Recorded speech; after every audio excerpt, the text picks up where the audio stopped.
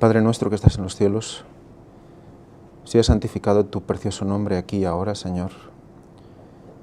Invocamos la presencia de tu Santo Espíritu para que esté aquí, para que se hable a través de mí, para que no sea yo el que hable, sino tú, para que todas las personas puedan disfrutar, todos podamos disfrutar de la luz, de todo lo que nos quieres mostrar, y podamos ver lo importante de cada detalle, de todo lo que escribes en tu palabra.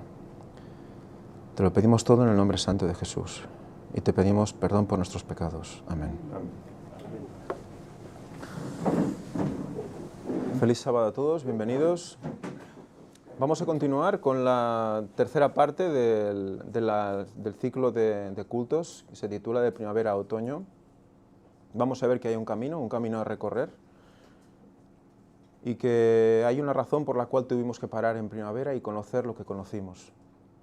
Vamos a ir viendo y recordando cosas que ya hemos hablado y vamos a ir adentrando más en ese paralelismo entre lo que es las dos fiestas claves en este asunto, ¿no? Las fiestas de primavera, porque vamos a ver hoy más sobre las fiestas, no solo de la Pascua o del día de la Pascua, sino lo que viene después de ese día de la Pascua, y la fiesta de tabernáculos. Las podéis ver aquí, representadas por dos cuadrados rojos. La fiesta de Pascua sería en el mes de Abib, el primer mes del calendario, digamos, festivo o espiritual del judaísmo, de los hebreos, o de Dios, por eso el calendario de Dios en definitiva. Y el séptimo mes, el mes de Tishri, donde se celebra la fiesta de tabernáculos y otras fiestas más de otoño.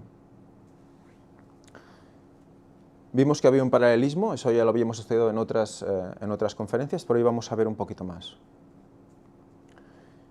Este es el cuadro que ya presenté el otro día, es solo para que lo tengáis fresco, para que recordemos que realmente la muerte en la cruz nos lleva a la fiesta de tabernáculos, nos lleva a 2031, nos lleva al santuario, y por lo tanto hay una relación clara entre la primavera, Pascua 2031, y otoño, tabernáculos 2031. Vamos a seguir sobre esta línea. Recordando lo que vimos el último día, que es que en la misma cena de Pascua nos llevaba a un momento del año muy interesante, que es la vendimia. Y la vendimia es, ¿cuándo? En otoño. Justo cuando se celebra la fiesta también de tabernáculos, porque de hecho es antes de que se celebre la fiesta ya tiene que estar todo recolectado, todo guardado en sus graneros, etc., ¿no? Por lo tanto, vemos que ese vino fresco que tenía que beber nuevo con nosotros, lo bebería ¿cuándo? En su regreso. Pues vamos a seguir por este punto. Y vamos a empezar por uno de los versículos más claros al respecto. Y es que, ¿qué dice Cristo de sí mismo? Yo soy la vid. Solo con esta frase ya nos está diciendo, nos está mostrando a dónde tenemos que mirar. ¿Qué ciclo de cultivo tiene la vid? ¿Cuándo se recogen esos frutos? En ese septiembre-octubre, en ese otoño, ¿verdad? Yo soy la vid verdadera y mi Padre es el labrador. Todo pámpano que en mí no lleva fruto, lo quita. Y todo aquel que lleva fruto, lo limpia, para que lleve más fruto. Vosotros estáis ya limpios por la palabra que os he hablado. Permaneced en mí y yo en vosotros. Como el pámpano no puede llevar fruto por sí mismo, si no permanece en la vid, así tampoco vosotros, si no permanecéis en mí. Yo soy la vid, por segunda vez. Vosotros, los pámpanos. Luego veremos qué son los pámpanos también. Los sarmientos también, si os recordáis. Esta palabra algunos pueden conocerla mejor por sarmientos. El que permanece en mí y yo en él, éste lleva mucho fruto, porque separados de mí, nada podéis hacer. Ya está planteando que una unidad, ¿verdad? Cristo es la vid y los pámpanos que salen de la vid están unidos a la vid. Por lo tanto, Él es el centro y todos los pámpanos alrededor de la vid forman ese conjunto que vimos también en la misma cena de Pascua. Cristo en el centro con todos sus apóstoles a su alrededor.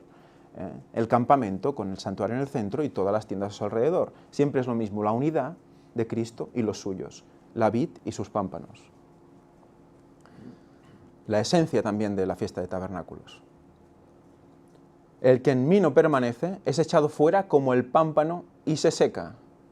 Y los recogen y los echan en el fuego y arden. Por lo tanto, ya estamos viendo aquí, en relación con la vid, en relación con ese ciclo y en relación con esa vendimia, un fuego consumidor. ¿Cuándo se da ese fuego? Ese fuego se da en su venida, pero también se da de manera definitiva en el 3031. Cuando baja toda la Nueva Jerusalén con los redimidos a la tierra 1000 años después. Y luego es cuando hay la resurrección de los impíos y hay ese fuego consumidor. Si permanecéis en mí y mis palabras permanecen en vosotros, pedid todo lo que queráis y os será hecho. Bueno, todos aquellos que han estado o han trabajado vid saben que hay unos sarmientos que se secan, los tienen que cortar y se queman. Son de fácil quemar, además. En esto es glorificado mi Padre, en que llevéis mucho fruto y seáis así mis discípulos. Esto es la vid. Preciosa, ¿verdad? Tenemos los troncos, la vid. Las ramitas que salen de la vid, esas ramas más claritas, de color marrón más claro, los sarmientos, los pámpanos, esos somos nosotros. Y los frutos que cuelgan de los pámpanos es lo que hacemos, lo que nosotros vamos a mostrar a la gente, lo que nosotros vamos a vivir en nuestra vida como cristianos va a ser ese fruto. Y eso es lo que se va a recoger al final. Aquí tenemos una explicación más clara. El tronco sería la vid, los sarmientos serían las ramitas esas más largas, o los pámpanos, y el fruto, el racimo. Eso somos nosotros, el sarmiento. Vamos a seguir porque después de la Pascua, después de la cena de Pascua, que es el día 14, o era el día 14, en la oscuridad, en la noche, cuando empezaba a hacerse oscuro, que es cuando Cristo fue crucificado. Recordemos que durante 1500 años se había celebrado la muerte del Cordero en ese día, a esa hora, y es cuando Cristo muere en ese día, en esa hora, que está emulando o está siendo el antitipo del tipo. Luego ya no hay que volver a hacerlo más porque Él ya muere por todos nosotros una sola vez. Y eso sucede, y aquí lo veis, el 13 sería pues por la tarde, ahí tenemos la foto de la Santa Cena, no sé si lo podéis ver, queda un poco pequeño, pero se puede observar. El 14 a la tarde sería la muerte de Cristo, que recordemos cómo estaba asociado todo con ¿qué? Con esos tabernáculos, por esa unión, por esa vendimia a la que se hacía referencia. Vimos cómo la cruz también hace referencia aquí a eso, a la fiesta de tabernáculos 2031. O sea que vamos a ir viendo cómo la fiesta se va dando y ya va llevando en paralelo con la duración de la fiesta de tabernáculos. En los mismos días, a partir del día 15 en adelante.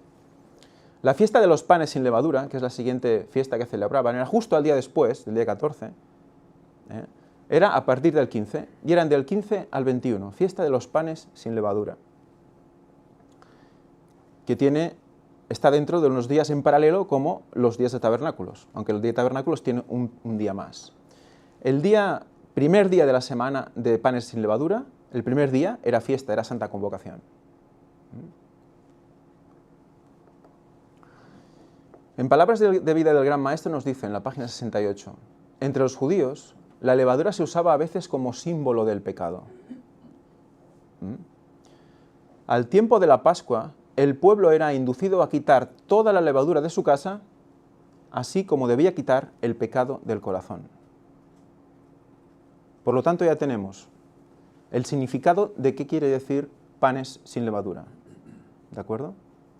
Es eliminar el pecado es el símbolo de eliminar el pecado de tu vida.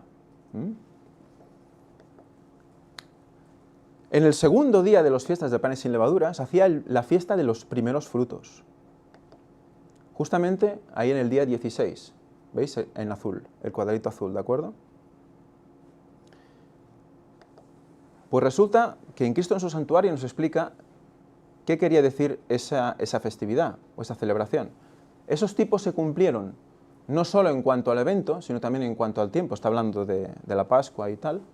En el día 14 del primer mes judío, estaba hablando de la Pascua de la muerte de Cristo. En el mismo día y mes en que por 15 largos siglos el Cordero Pascual había sido inmolado, Cristo, después de haber comido la Pascua con sus discípulos, instituyó esa fiesta que debía conmemorar su propia muerte, como Cordero de Dios que quita el pecado del mundo. En esa misma noche fue aprehendido por manos impías para ser crucificado e inmolado. Por lo tanto, el 14 por la noche. Y como antitipo de la gavilla mecida, y es bueno, ¿y esto qué tiene que ver ahora? Ahora lo veremos. Nuestro Señor fue resucitado de entre los muertos al tercer día. Las primicias de los que murieron. Un ejemplo de todos los justos que resucitarán, cuyo cuerpo miserable será transformado y hecho como su cuerpo glorioso. O sea que la fiesta de los primeros frutos, que se hacía el segundo día, que era ofrecer una gavilla es un manojo de cebada, que era la primera siembra que se recogía. Y se mecía delante de Jehová. Y eso era la simbología de qué dice aquí, de la resurrección. Eso era el antitipo de la resurrección de Cristo. Y también que era la garantía de nuestra propia resurrección. ¿Y nosotros cuándo vamos a resucitar? Si morimos antes de que Cristo venga. ¿Cuándo vamos a resucitar? En la segunda venida de Cristo. Por lo tanto, en el año 2031, tabernáculos. Entonces, fijaros lo interesante. Tenemos la fiesta de la celebración de la Pascua, que la come Él con sus discípulos, instituyendo la Santa Cena. Nos hace referencia a la vendimia y, por lo tanto, a tabernáculos. Y justo después tenemos la fiesta de panes sin levadura y primeros frutos, que nos habla de la resurrección sin pecado. ¿Qué es esto, señores? Hermanos, ¿qué estamos viendo aquí? La venida de Cristo y la resurrección de los muertos, en ese orden.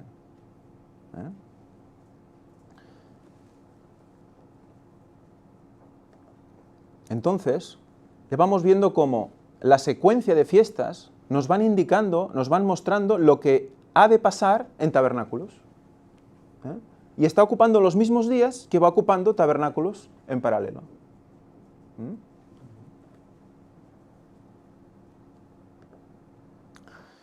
Y ahora vamos a otra fiesta, la fiesta de Pentecostés. La fiesta de Pentecostés viene unos días después. Ahora veremos cuántos. También en primavera.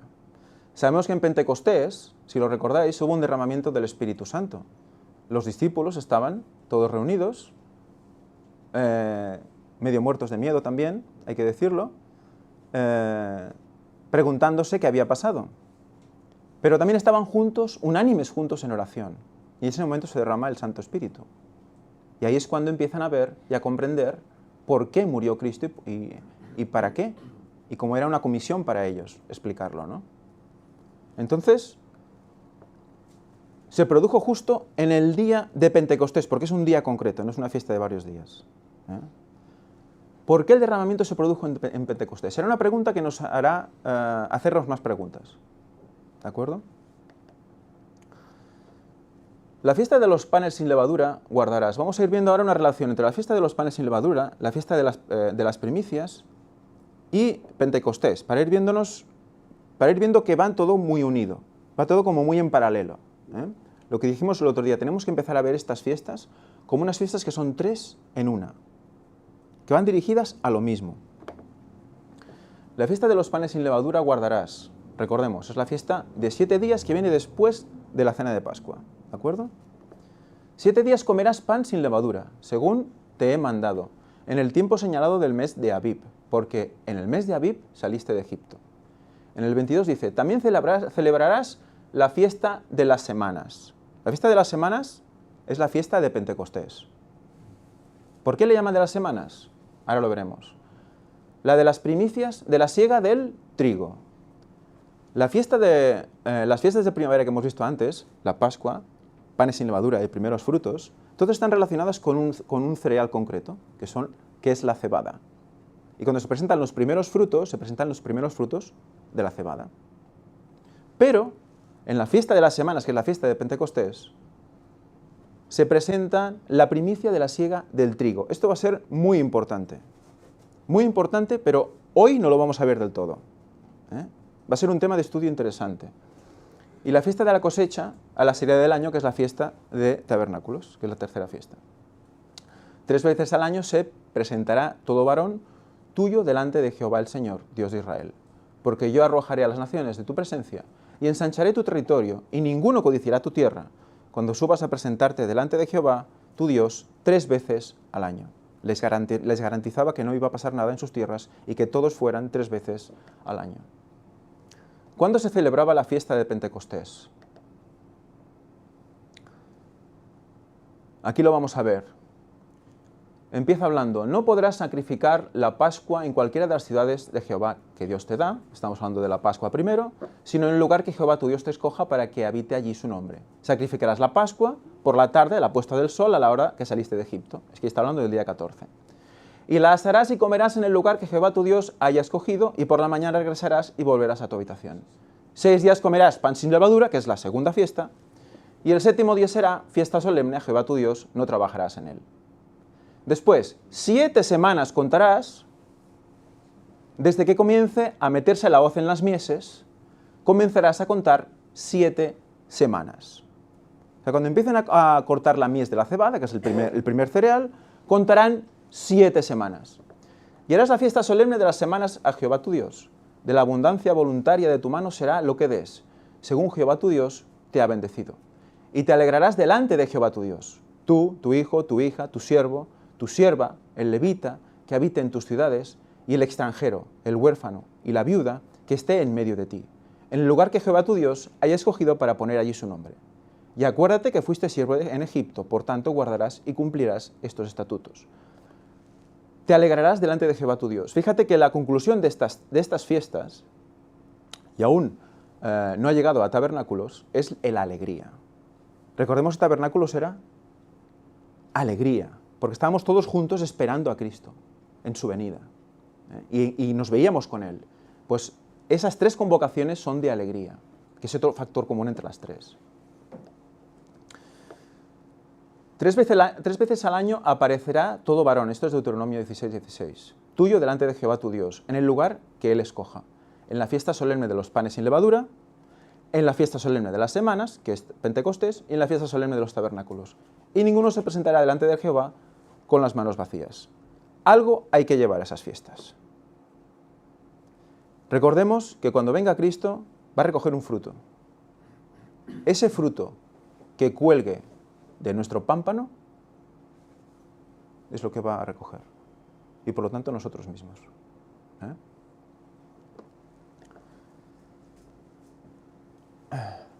Vamos a analizar esta palabra, las semanas. Por eso, como se define a la fiesta de tabernáculos. A la fiesta de Pentecostés, estoy liando. La fiesta de Pentecostés, fiesta de las semanas.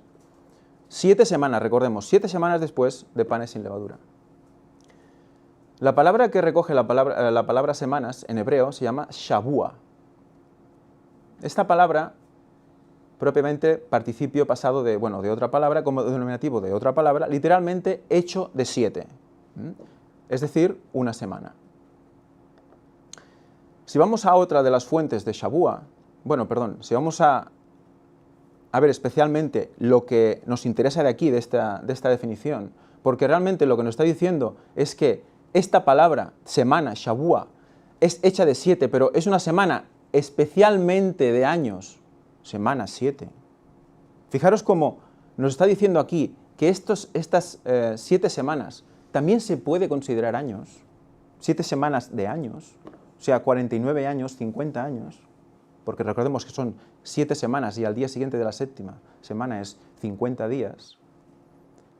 Nos está diciendo que esta palabra se puede utilizar como años, incluso especialmente hablando de años. Si recordamos la profecía de Daniel, que habla de las 7 semanas y las 62 semanas, utiliza la misma palabra hebrea para definir esa profecía. Así que podemos leer estas 7 semanas, estos 49 días, 50 días hasta el día de Pentecostés, como algo profético. Además, en la otra raíz de esta palabra nos habla de estar completo. Hacerse 7 uno mismo, porque Shabbat también es la base del 7º día, el 7º. Y el séptimo es estar completo. 7 veces 7 es muy completo. Es estar muy completo.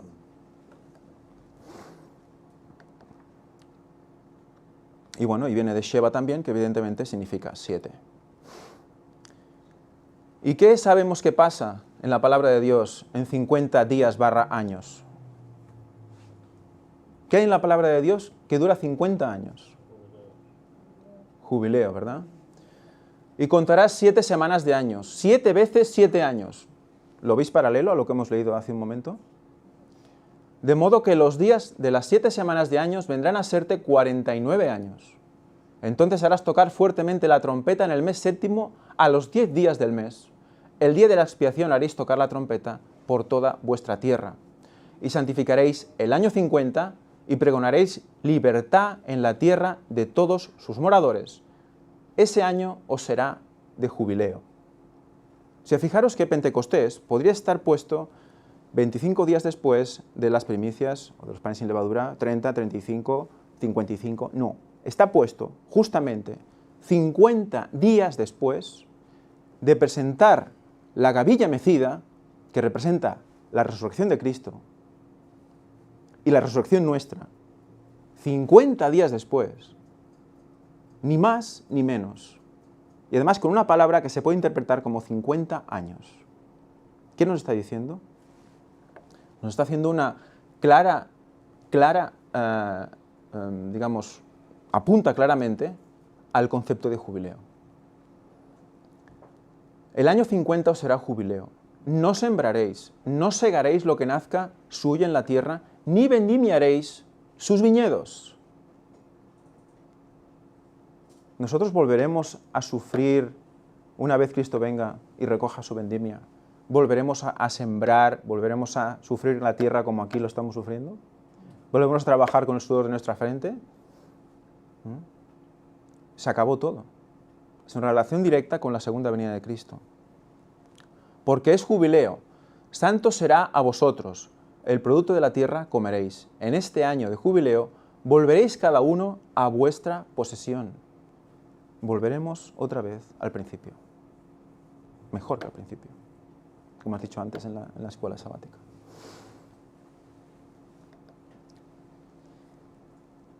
¿Y qué pasa en un jubileo?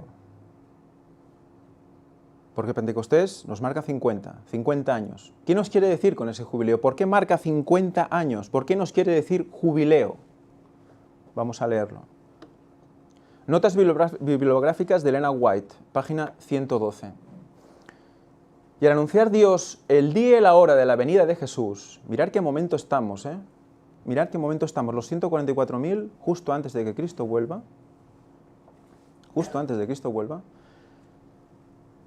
y es anunciado el día y la hora de su regreso. En tanto expresaba ante su pueblo el pacto sempiterno, pronunciaba una frase y se detenía, mientras las palabras repercutían por toda la tierra. El Israel de Dios permanecía con los ojos en alto, escuchando las palabras según salían de labios de Jehová, que retumbaban por la tierra como estruendo del trueno más potente. El espectáculo era pavorosamente solemne. Y al terminar cada frase, los santos exclamaban: Gloria, aleluya. Su aspecto estaba iluminado con la gloria de Dios, y resplandecían sus rostros como el de Moisés al bajar del Sinaí. Lo hemos visto hoy en la escuela sabática también. A causa de esta gloria, los malvados no podían mirarlos, y cuando la bendición eterna se pronunció sobre quienes habían honrado a Dios, santificando su sábado, resonó un potente grito por la victoria lograda sobre la bestia y su imagen. Entonces comenzó el jubileo. ¿Qué estaba definiendo hasta ahora? ¿Qué estaba definiendo? ¿Qué estaba leyendo? ¿Qué estábamos definiendo? Quiero una respuesta. ¿Qué estábamos definiendo hasta ahora? Hay un evento muy claro aquí, ¿no? ¿Qué estábamos definiendo? La segunda venida de Cristo. Entonces comenzó el jubileo. ¿Cuándo? En la segunda venida de Cristo. durante el cual la tierra debía descansar. Vi al piadoso esclavo levantarse en triunfal victoria y desligarse de las cadenas que lo ataban, mientras que su malvado dueño quedaba confuso sin saber qué hacer. ¿Quién es este malvado dueño? Somos de Satanás aún, ¿verdad? Porque los malvados no podían comprender las palabras de la voz de Dios. Pronto apareció la gran nube blanca. Ahí está. Me pareció mucho más hermosa que antes. En ella se sentaba el Hijo del Hombre. Al principio no distinguimos a Jesús en la nube, pero al acercarse más a la tierra pudimos contemplar su bellísima figura. En cuanto apareció, esta nube fue la señal del Hijo del Hombre en el cielo. Fijaros, ¿por qué 50 días / años hasta Pentecostés? ¿Quién nos está diciendo esto? ¿Pentecostés a qué apunta? A la segunda venida de Cristo. Es un dato bíblico de que Cristo viene en jubileo. Hasta ahora lo sabíamos por Elena White, ¿verdad?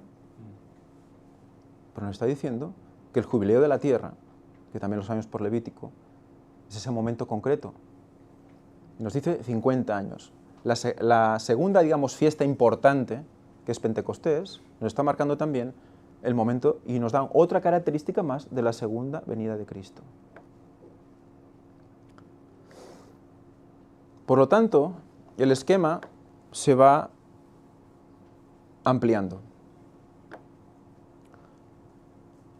Bueno, el día 26 del segundo mes os lo he marcado también porque es el día que 40 días después de la resurrección de Cristo es cuando Él sube en la nube, ¿no? Y es el momento en el cual le dice, hoy lo hemos hablado también en la escuela sabática, ¿no? Como los ángeles le dicen, tal como lo veis subir en la nube, así volverá. O sea que está relacionado directamente con la segunda venida de Cristo. Y desde que se entregan los primeros frutos hasta el día 6 del tercer mes, que es el día de Pentecostés, pasan 50 días. ¿He dicho algo curioso? ¿He dicho algo que nos haga pensar que ese 6 del tercer mes nos indique algo? 6, tercer mes. 6 y 3. 6.000 años, tercer milenio. ¿Por qué 50 días después del segundo día de la fiesta de panes sin levadura? ¿Por qué 50 días a partir de las primicias, resurrección, jubileo, viene Cristo? Muy interesante. Por lo tanto, hay una relación también entre Pentecostés y la segunda venida de Cristo.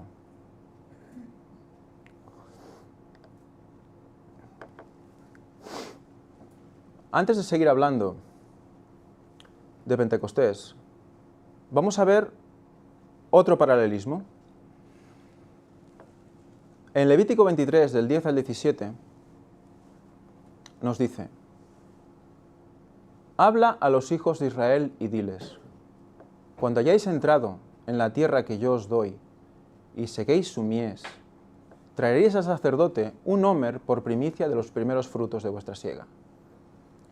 Estamos hablando de la primicia, de los primeros frutos de vuestra siega. Ese día 16, ese segundo día de la fiesta de panes sin levadura, ese día es el que se presenta la gavilla. Y el sacerdote mecerá el homer delante de Jehová, para que seáis aceptos el día siguiente, de sábado la mecerá. Y aquí veis que he puesto de sábado entre comillas en los diferentes lugares. ¿De acuerdo? Es una traducción inexacta del texto. Y lo veremos porque, ¿por qué lo sé? Porque tenemos a Elena White. Porque tenemos a Elena White que nos lo aclara. Entre los mismos hebreos se discuten entre si es día de sábado o día de reposo o día festivo.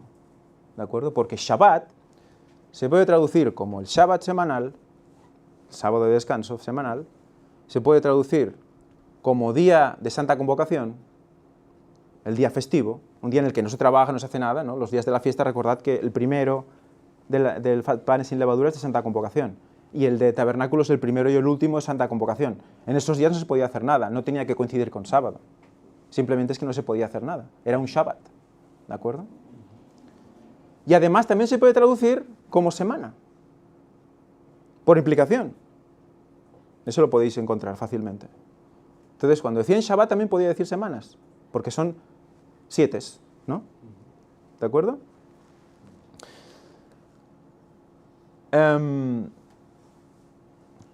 Voy a leerlo desde el punto de vista de la interpretación correcta. Y el sacerdote mecerá el homer delante de Jehová, para que seáis aceptos el día siguiente del día festivo, la mecerá. Ese día festivo, ese día, primer día de la fiesta de los panes sin levadura, era un día de santa convocación. Ese día nadie trabajaba, fuera sábado o no. Ese día nadie trabajaba. Al día siguiente se mecía la gavilla de cebada, ¿de acuerdo? Por lo tanto, son la fiesta de los primeros frutos. Es que es interesante que los conceptos los vayáis teniendo claros de qué es fiesta de panes sin levadura, 7 días. Segundo día de la fiesta de panes sin levadura es las primicias, un día. Se presenta la gavilla y a partir de ahí se cuentan 50 días para Pentecostés. ¿De acuerdo? Y el día que ofrezcáis la gavilla, ofreceréis un cordero de un año sin defecto en holocausto a Jehová. Su ofrenda será 2 décimas de efa de flor de harina amasada con aceite, ofrenda encendida a Jehová en olor gratísimo. Y su libación será de vino, la 4ª parte de un hin. No comeréis pan, ni grano tostado, ni espiga fresca, hasta este mismo día, hasta que hayáis ofrecido a Jehová, la ofrenda a vuestro Dios. Estatuto perpetuo por vuestras edades en donde quiera que habitéis. Y contaréis desde el día que sigue al día festivo, desde el día en que ofrecisteis el homer de la ofrenda mecida, 7 semanas cumplidas serán.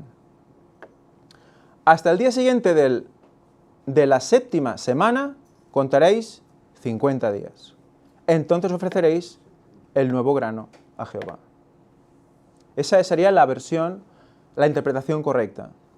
En Biblias como Kadosh,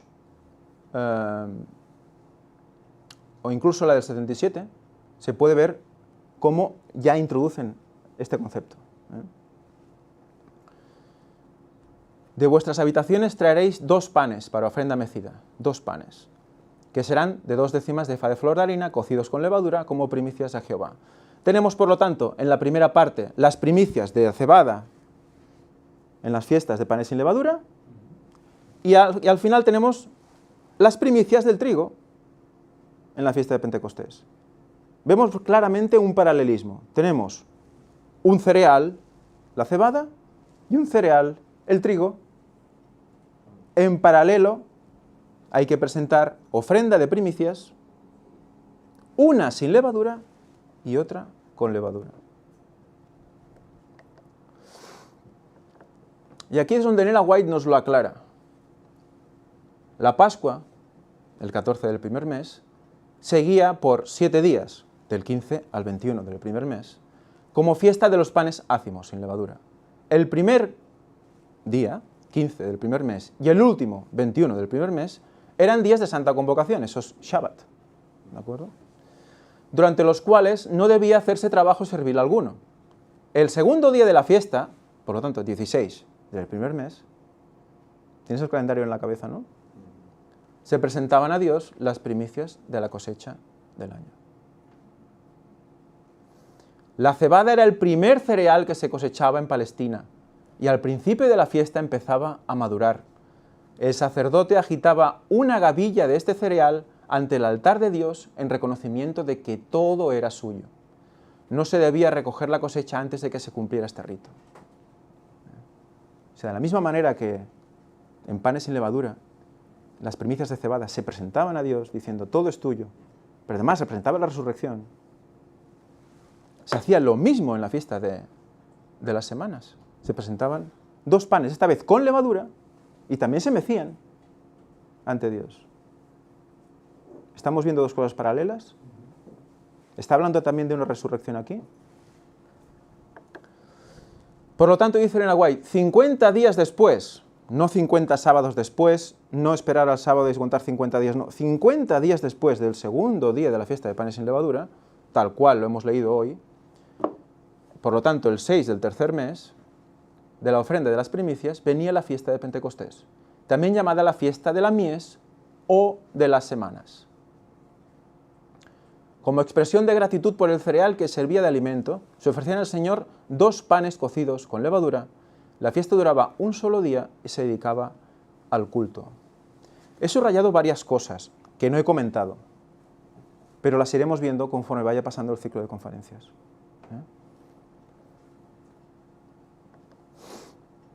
Aquí tenemos el manojo de cebada, que sería la gavilla mecida, y aquí los panes tradicionales con levadura, que supongo que tenéis hambre ahora y es un mal momento para... Ay, perdón, sí, de trigo. Con levadura de trigo. Y aquí el resumen general de lo que hemos visto. Cena de Pascua, muerte de Cristo, círculo, cuadrado verde, fiesta de los panes sin levadura, cuadrado azul, primicia de la cebada. 50 días, 50 años, jubileo, Pentecostés, que nos está apuntando también a la venida de Cristo. Lo he puesto en puntos suspensivos. ¿Por qué? Porque aún quedan cosas por enseñar importantes para comprender cómo la misma Elena White nos va a unir las dos fiestas de Pentecostés y tabernáculos. Haremos visto Pentecostés como indicador, como señal de la segunda venida de Cristo, pero vamos a ver cómo también nos va a unir las dos cosas. Y vamos a quedar realmente sorprendidos, como las tres fiestas tienen paralelismos intrusivos entre ellas. ¿Os recuerda algo esto? 3 en 1. Que el primero y el segundo tienen cosas en común, luego el segundo y el tercero también, y el primero y el tercero, y el segundo y el tercero. Y al final hay un mensaje que los une a los tres. ¿Os recuerda algo esto?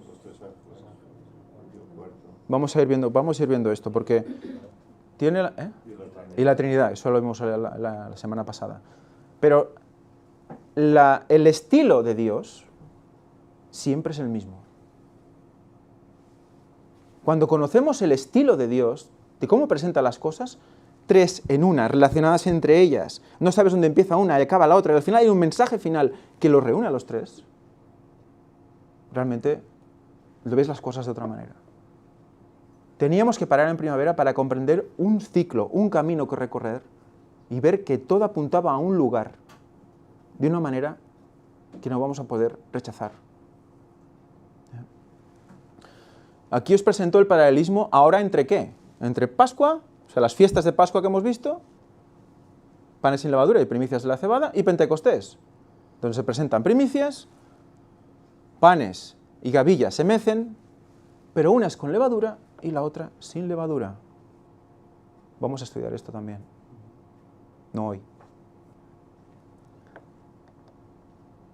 Aún nos queda por seguir contestando esta pregunta.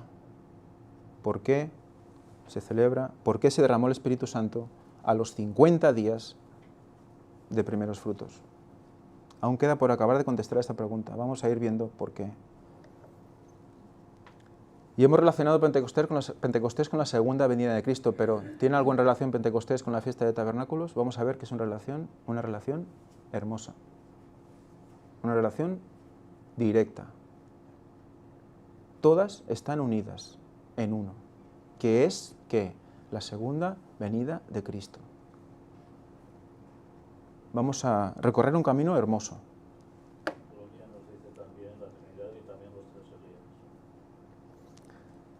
Aquí nos hablan de que evidentemente tenemos 3 Elías también.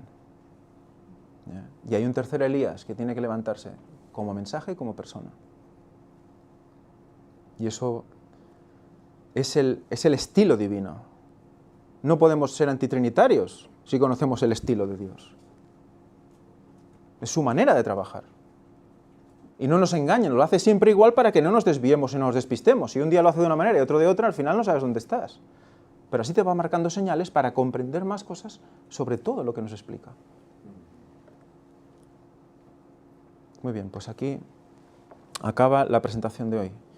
La semana que viene vamos a seguir analizando el tema de Pentecostés. Vamos a seguir analizando el trigo, porque es el cereal que se recogía en Pentecostés, las primicias. ¿Por qué se recogía en esa época? ¿Por qué el trigo es de esa época? Vamos a analizar eso, todo eso, ¿eh? Con la inestimable ayuda de mi padre, porque él ha estado en el campo y sabe muchas cosas al respecto y me ha ayudado mucho en todo esto. Hay que conocer lo que ellos vivían en el campo para saber lo que nos explica todo esto. Hay grandes misterios. Os animo a estudiar las fiestas y que aportéis cosas, porque, ¿sabéis? Aquí todos tenemos mucho trabajo, ya no solo en el ministerio, fuera del ministerio. Hay que sobrevivir, ¿no? Y todos los aportes son bienvenidos. Lo que presenté de la vendimia la semana pasada fue un aporte de una persona que cuando vio la conferencia dijo: vino nuevo, cuando lo beba nuevo con vosotros. Creo que es de México y de aquí le agradezco. Si no, no se hubiera podido seguir, yo no lo había visto. O sea que no es cuestión de esperar a ver qué pasa o qué se dice, sino que a veces se abre una caja, empiezan a salir cosas realmente increíbles, que ni tú mismo sabes de dónde salen, te agarras a eso porque ves que viene de Dios, pero mucha gente va a ver cosas seguro. Entonces os animo al estudio de estas fiestas, son realmente apasionantes. Vamos a acabar con una oración.